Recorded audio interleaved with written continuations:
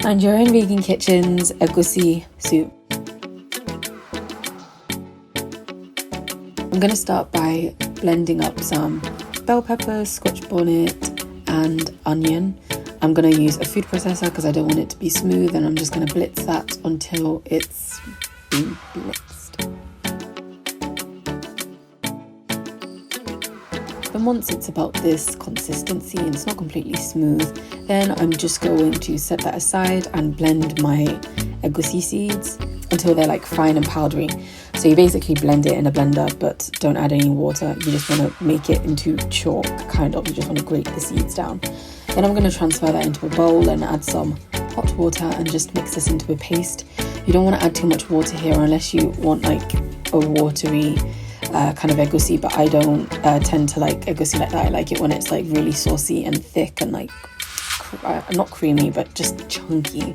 So I only put a little bit of water and mix it into a paste.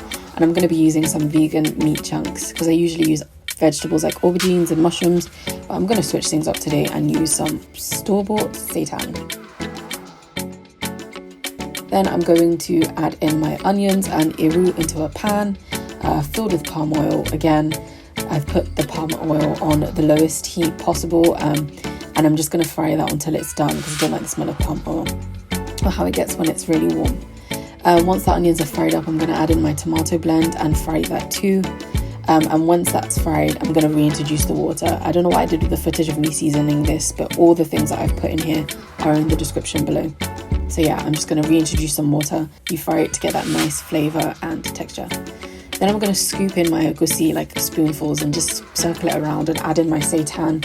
The instructions for this says on the packet of the seitan said to boil it beforehand, but I don't like how seitan gets when it's really soft and soggy. So I just let it steam on top of the sauce. And then after about like 20 minutes, 15 minutes, I'm just going to add in some blanched kale. You can use ugu or spinach or whatever leafy green of your choice. I prefer to use something that retains water, and I don't have access to ugu at the minute, so the next best thing is kale. So I've just added that in, and I'm just going to like shimmy it in with my spoon, and then just let that sit for another like 5 minutes or so until it's nice and combined.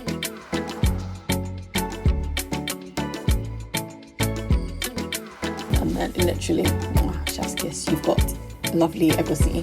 And meat chunks like literally are mimicking meat chunks, the veg meat chunks. It tastes really good, and I like my egusi this way. Like if you like your egusi to be more watery, or you don't like this sauce kind of egusi, then you can just add more water in when you're adding in the water. But I think this way it's like a sauce and you can eat it with rice or with swallow or with something else, and it tastes really good. And I've just served this up with some pounded jam, and Bob Jaronko, you've got egusi. Thank you for watching this video. We'll see you in the next one. Bye for now.